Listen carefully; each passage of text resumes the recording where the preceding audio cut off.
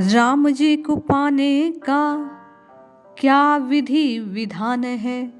राम राम जपने का कौन सा विधान है।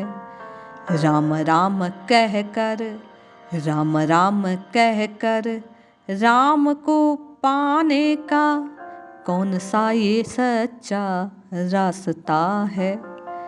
आप और मैं राम जी को पाना चाहते हैं। प्रत्येक नाम जापक के लिए क्या सार बात है। कौन सी वो बात है जिसे श्रवण कर राम मिलन की राह आसान होती है। आइए इसे श्रवण करते हैं।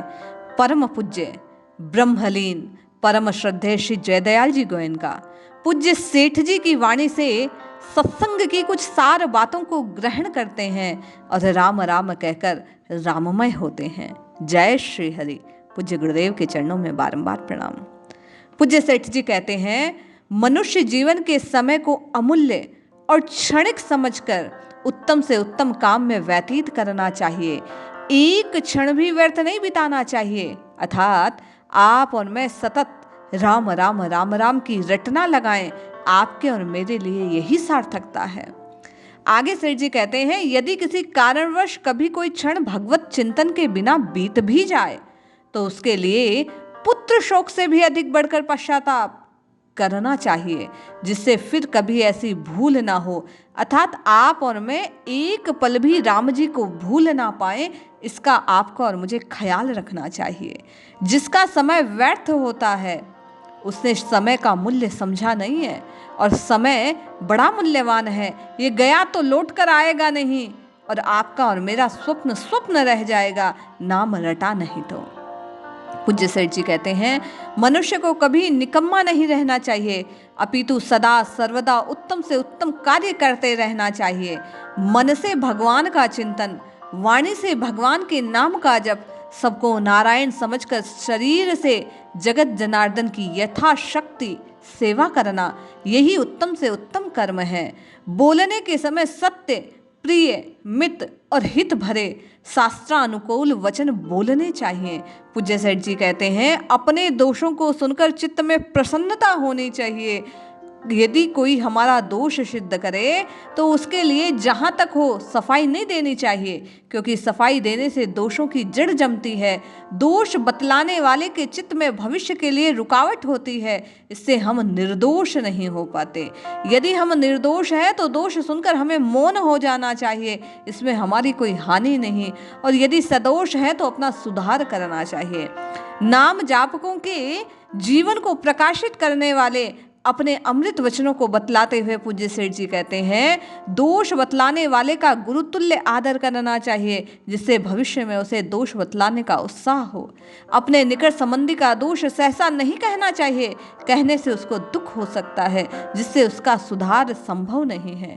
जीवन को अधिक खर्चीला नहीं बनाना चाहिए। ऋषि मुनियों का जीवन खर्चीला नहीं था। अधिक खर्चीला जीवन अनायास ही जीव के उत्थान की जगह पतन की ओर उसका मार्ग ले जाता है। वह अनायास ही दूसरे भटकाव के मार्ग का चयन कर लेता है, जिसके कारण पाप बन पड़ते हैं, दर दर भटकना पड़ता है। पूज्य सेठ जी कहते हैं, भोजन के समय स्वाद की ओर ध्यान नहीं देना चाहिए, क्योंकि वह पतन का हेतु है। स्वास्थ्य की ओर लक्ष्य रखना ही वैराग्य में कमी नहीं है। सोते समय भी भगवान के नाम रूप का स्मरण विशेषता से करना चाहिए, जिससे शयन का समय व्यर्थ ना हो जाए। पूज्य सेठ जी कहते हैं कि शयन के समय को साधन बनाने के लिए सांसारिक संकल्पों के प्रवाह को भुलाकर भगवान के नाम का, रूप का, गुण का, प्रभाव का, चरित्र का चिंतन करते हुए सोना चाहिए, जिससे पूरी रात प्रभु का ही चिंतन आपके चित्त में चलता रहे। इससे रात्रि का सोना भी साधन बन जाएगा और साध्य की ओर आपका प्रवाह निरंतर चलता रहेगा।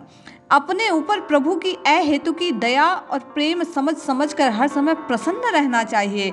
एकांत में मन को सदा यही समझाना चाहिए कि परमात्मा के सिवा किसी का चिंतन न करो, क्योंकि व्यर्थ चिंतन से बहुत हानि है। भगवान के समान अपना कोई हितैषी नहीं, अतः अपने अधीन सब पदार्थों को, अपने आप को राजा बलि की भांति भगवान के शरण कर देना चाहिए।